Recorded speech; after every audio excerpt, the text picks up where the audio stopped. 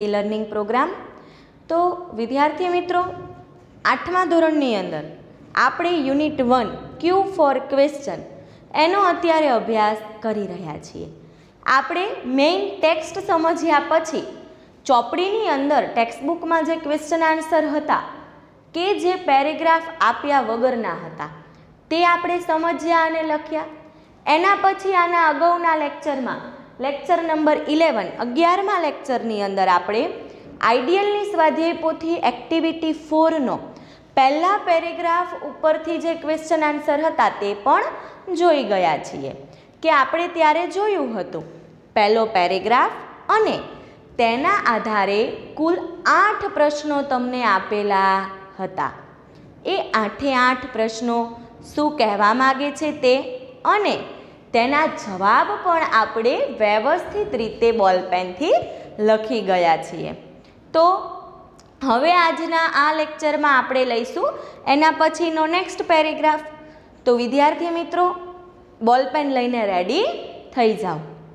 જુઓ, તમને બીજો પેરેગ્રાફ આપેલો છે અને એ પેરેગ્રાફ ઉપરથી તમને કુલ 7 પ્રશ્નો અહીંયા પૂછેલા છે।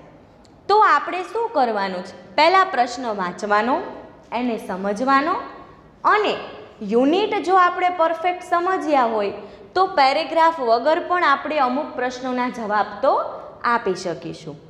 અને છતાં પણ ના ખબર પડે તો પેરેગ્રાફ ચોક્કસપણે વાંચવો જ। સૌપ્રથમ પેરેગ્રાફ વાંચી લ્યો, ત્યાર પછી જ તમારે પહેલો ક્વેશ્ચન વાંચવાનો રહેશે। તો 1-2 મિનિટની અંદર તમે આખો પેરેગ્રાફ વાંચી લો। જુઓ, પેરેગ્રાફ મિસ્ટર પરમારથી શરૂ થાય છે, બરાબર ને? કે મિસ્ટર પરમાર સેઝ, મિસ્ટર પરમારે કહ્યું થેન્ક યુ વિકાસ। જુઓ, વિકાસને શું કહે છે? આભાર માને છે। ત્યાંથી પેરેગ્રાફની શરૂઆત થાય છે અને છેલ્લે મિસ્ટર પરમાર કે યોર ટાઈમ સ્ટાર્ટ્સ નાઉ, તમારો સમય હવે શરૂ થાય છે। અહીંયા આ પેરેગ્રાફનો અંત આવે છે। તો આ પેરેગ્રાફમાંથી આ 7 ક્વેશ્ચન પૂછેલા છે। તો હવે આપણે જોઈશું આજનો પહેલો ક્વેશ્ચન। જુઓ, ફર્સ્ટ ક્વેશ્ચન છે બ્લેન્ક સેઝ થેન્ક યુ। જુઓ, પેરેગ્રાફની શરૂઆતમાં જ તમને આપેલું છે mister Parmar says thank you, કે કોણે થેન્ક યુ કહ્યું, કોણે આભાર માન્યો। તો આમાં શું લખીશું આપણે? Option A, mister Parmar.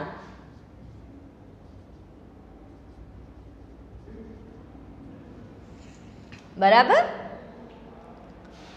ચલો હવે જોઈએ બીજો ક્વેશ્ચન।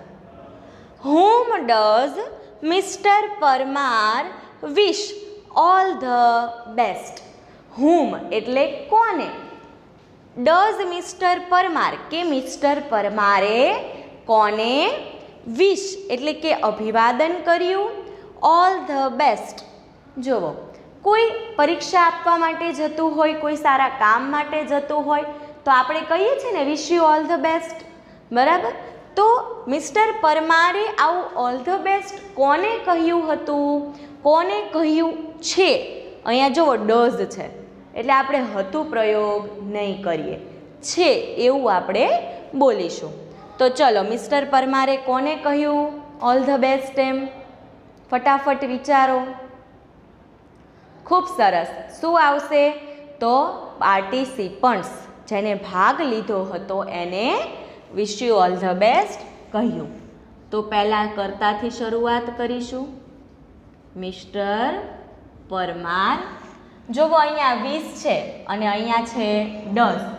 ડઝ જવાબ આપતી વખતે નીકળી જાય એટલે આ જે વિશ ક્રિયાપદ છે એને નિયમ મુજબ એસ કે ઈએસ પ્રત્યય લગાડવાનો રહેશે। Mister Parmar wishes all the best, ચલો ટુ કોને? To all the participants.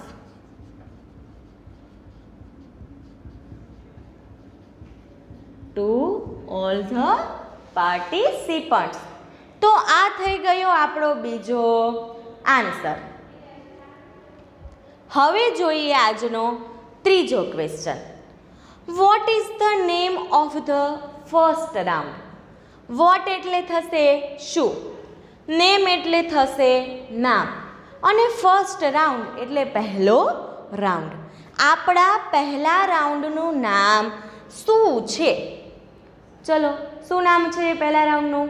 ખૂબ સરસ, ફાસ્ટ ફિંગર ફર્સ્ટ. તો લખીશું આપણે the name of the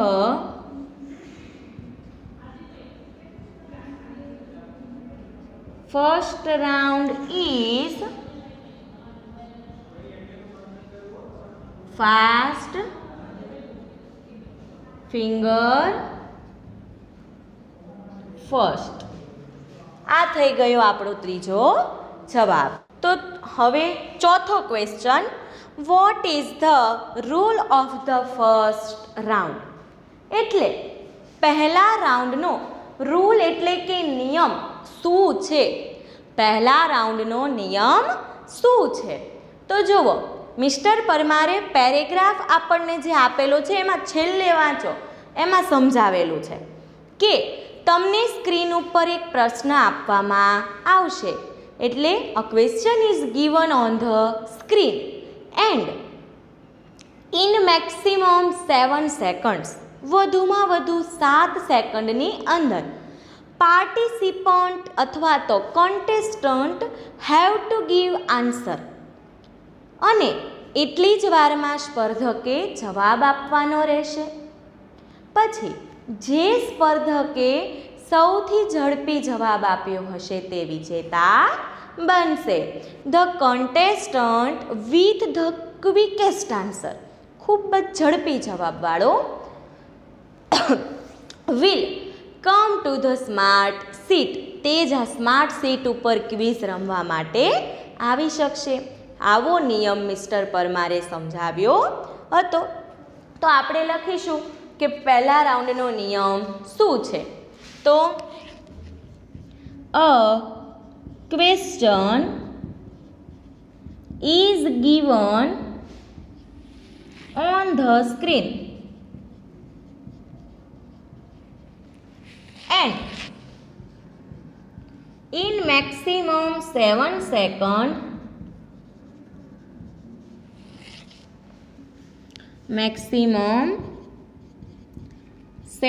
seconds contestant લખજો. A question is given on the screen and in maximum 7 seconds contestants have to give the answers.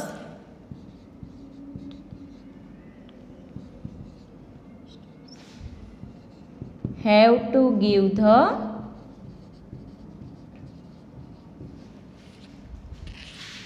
answers. ચલો, પછી છેલ્લી line લખીએ. The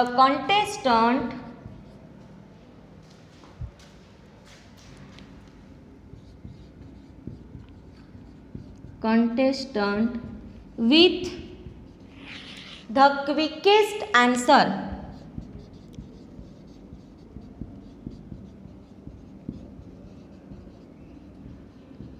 લખો.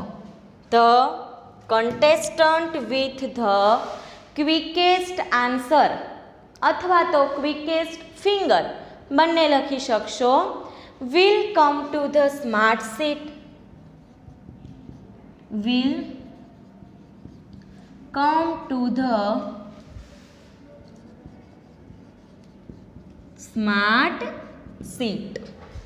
ચલો, હવે જોઈશું પાંચમો question. What is the maximum time to answer the question? Maximum time, વધુમાં વધુ કેટલો સમય આપવામાં આવે છે શેના માટે? ટુ આન્સર ધ ક્વેશ્ચન્સ, કે પ્રશ્નનો જવાબ આપવા માટે વધુમાં વધુ કેટલો સમય લઈ શકાય? તો આપણે આ ક્વેશ્ચનમાં જોયું તેમ 7 સેકન્ડ્સ. ચલો, छठो question, where will mister Parmar give the question. જોઈએ વેર વિલ એટલે ક્યાં, mister Parmar give the questions કે મિસ્ટર પરમાર પ્રશ્નો ક્યાં આપશે। જુઓ વિલનો ઉપયોગ કરેલો છે। વિલ શું દર્શાવે છે? સાદો ભવિષ્યકાળ દર્શાવે છે। તો આપણે લખીશું મિસ્ટર પરમાર પછી will give the questions. Mr. Parmar will give the questions on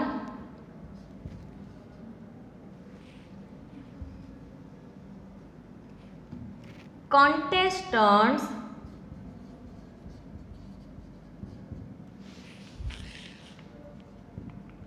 screen.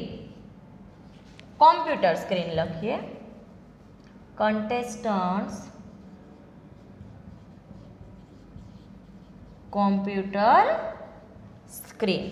आ छे आपणो छठो आंसर के मिस्टर परमार प्रश्नों आपसे on the contestants computer screen, स्पर्धकोना कॉम्प्यूटरनी स्क्रीन पर प्रश्न आपसे। हवे last and final question, which word in the paragraph, फकरानी अंदर एवो कयो शब्द छे मीन्स पार्टिसिपंट्स, जेनो मतलब पार्टिसिपंट्स एटले के स्पर्धक एवो थाय छे। घणी बधी वखत आपणे ते शब्दनो उपयोग पण कर्यो छे, ते छे कंटेस्टन्ट्स। तो फक्त आपणे आनो वन वर्डमां ज आंसर आपीशुं, कंटेस्टन्ट्स। चलो अहींया आपणा आ बीजा पेरेग्राफना आधारेना जे 7 क्वेश्चन आंसर छे ते पूरा थाय छे। हवे पछीनो पेरेग्राफ लईशुं आपणे आना पछीना लेक्चरमां। तमारे व्यवस्थित रीते सारा अक्षरे स्पेलिंगनी भूल वगर आ बधा प्रश्नोना जवाब आइडियलनी स्वापोथीमां लखी लेवाना छे। Thank you.